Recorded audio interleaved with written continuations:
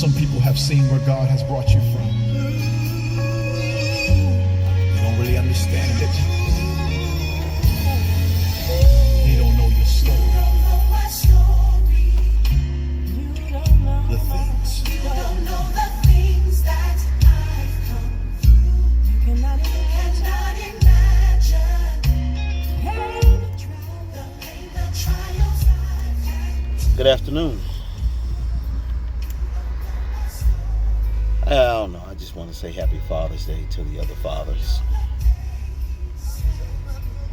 I figure this song is fitting because people can assume a lot of things, doesn't make it true.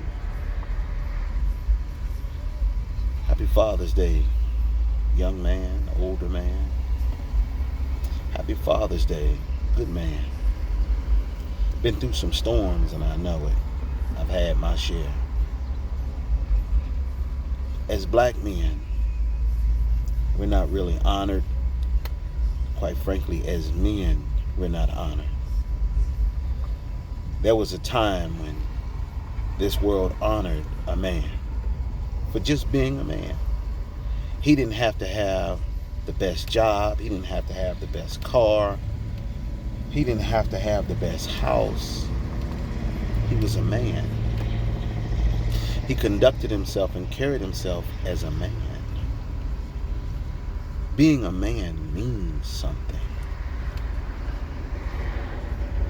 But manhood has been so attacked, it's ridiculous. I can't speak for everybody else, but I looked forward to growing up to be a man. Still learning how to be a man. I don't rush the process. I heard a man say, I believe it was Les Brown, said, don't rush the process. It takes 21 years to become 21 years old. My desire is to be a wise, strong, old man, probably around 80, 90 years old. So it's going to take me 80 or 90 years to get there. I'm on year 49. I'll be 50 this August. But again, it's Father's Day. And I want to encourage the fathers. Some of us have gotten a raw deal. Some of us. We don't even bother to say it. We don't explain it. We don't try to. Got a raw deal. Someone say, what do you mean a raw deal? Let me say it this way first.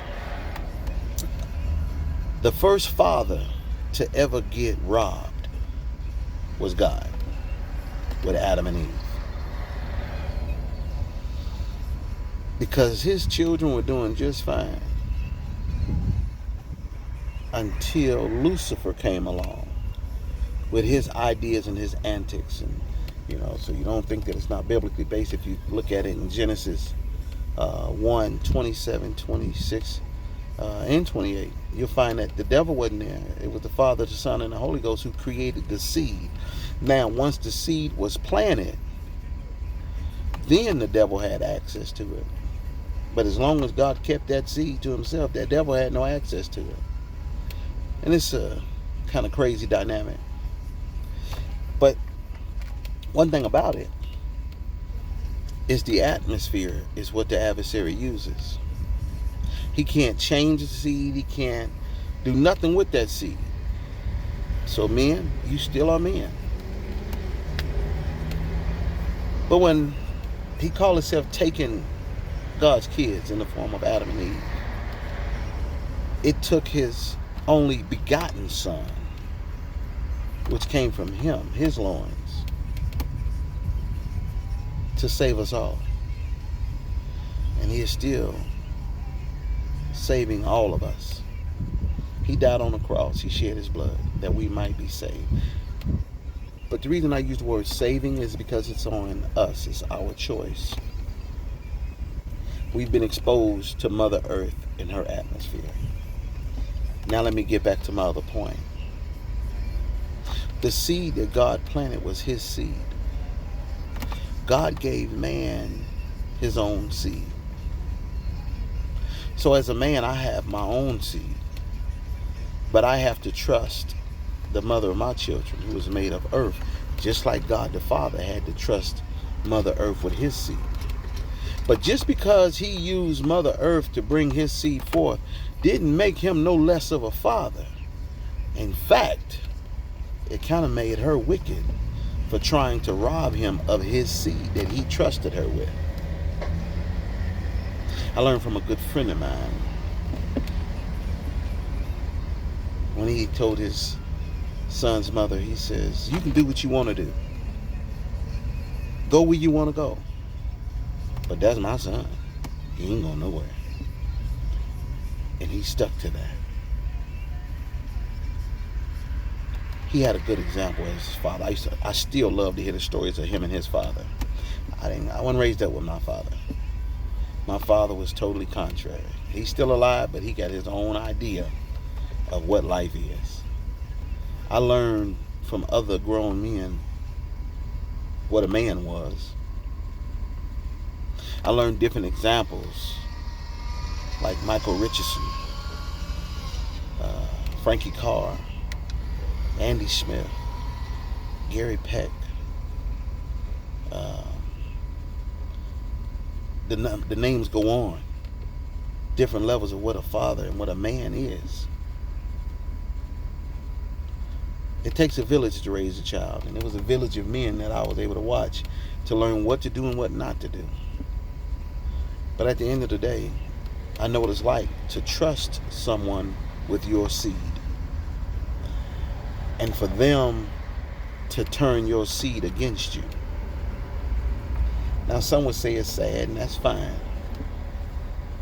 But I love God so much, and I love the fact that when I look and read about how he had Abraham ready to offer Isaac, and when Abraham was going to offer Isaac, he told him, he said, no, you're my friend. When he told Hosea to marry Gomer, and after he married her, she started sleeping with other men, he had to go buy his wife back. He had to take wine and cheese while she was with another lover. Matter of fact, even had the kids. She named one of the babies Laomi, which means not my child. But he told Hosea, now you can go preach to my bride, which is the children of Israel. He said, now you can go preach to my bride, because you know what it's like to have a wife go whoring after other men, because my bride has gone whoring after other gods. Sometimes, men, adversity, if you use it the right way, will bring you closer to God. I remember when I went through what I went through. I had been married for years. My kids were still kind of small. I had just got into the ministry. And I remember asking God, I said, Lord, I want you to make me a real preacher. I don't want to be some jackleg, none of that. I didn't know what I was asking. Boy, that's when the games began. Life started falling apart. In the early days of being a young preacher, lost my home, lost my family, lost everything. But God kept me. And I was so caught up. And I asked God, I'm like, wow, what's going on? And he told me something I never forgot.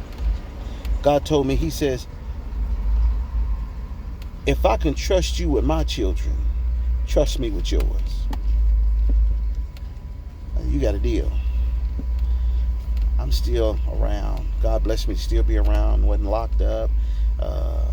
None of that. By the grace of God, my children have always had access to me. There were some adversities that were posed against the relationship between me and my children, outside of my control. And my children grew to learn that it was outside of my control, but we still got to deal with the residue of the situation. So I looked at it and I said, you know what? Some people want to know why I'm the way that I am when it comes to preaching this gospel. Because by the grace of God, not the punishment. By the grace of God, I know what it's like not to have access to your children when you love them so much. And so that same deal that God made with me, not that he makes deals, it was his arrangement, and I'm grateful to be in it. I'm determined to introduce as many of my God's children back to their father. I'm determined to tell them how much their father loves them in spite of what Mother Earth has to say. I'm determined to take as many of my brothers and sisters back to the presence of God that I possibly can, because I realize what it's like for your children to get a misinterpretation of who you really are. For your children to have a judgment of who you are and they really don't even know you. I know what it feels like. Now here's the bombshell. The way that I feel and have felt for years about the relationship with me and my children, I refuse to let God feel that way when it comes to me. I love him no matter what. There are things he has told me, no, I can't have. There are things I've wanted. There are doors I wanted him to open. He didn't do it. There was times when he punished me, he disciplined me, and but he's never left me. Fathers, be encouraged. Do what you can. Make sure your children always have access to you. No matter what Mother Earth or the mothers say about you, my simple thoughts is this: at the end of the day, you're going to have to say that was a man. A godly man. I don't always get the phone calls. I don't get the text messages. I don't get none of that. Maybe the day after. Maybe at the end of the day or something, but it's been many years. Yeah, I'm finally saying it. It's been that way. But it's not going to take my smile away. Because the more that this world does to me, it lets me know how close I am to God. And I'm going to end this on this note. You ever wonder what caught Moses' attention about the burning bush? It was not unusual for Moses to see a bush on fire. He lived in the desert for years. He was there for 40 years. He'd seen plenty of bushes on fire. But what caught his attention is it wasn't consumed. It wasn't consumed. When it comes to relationships, I've been on fire for years. But by the grace of God, I'm not consumed. And the adversary can keep throwing gas on this fire all they want to do. You're just attracting attention to what God is making me. Because people are going to start to notice he ain't dying. He ain't crying. He ain't out trying to do nobody wrong. He's not being vengeful. Oh, he got an attitude. He frustrated sometimes. He discouraged sometimes. But that old boy is still smiling and preaching and teaching. And that's all I'm trying to say about today. So keep your head up, family. Keep going. Don't worry about it. Fathers, happy Father's Day. Do what you got to do. Those of you that know the word of prayer, keep me in your prayers, and my family too. Encourage a man, even his children is alive or dying. There are some good fathers who never had children from their own loins, but they are some of the most awesome fathers you will find. Remember, blood make you related. Loyalty and love make your family. God bless you. You don't know the days. At my lowest. Incidentally, I don't own the rights to this music. Today is Father's Day. I went to church. I had a good time. Now I'm going to find me someplace to go sit down. And I'm going to have my own Father's Day dinner. And I invite my God to be there with me, because I will celebrate him for being the God that he is.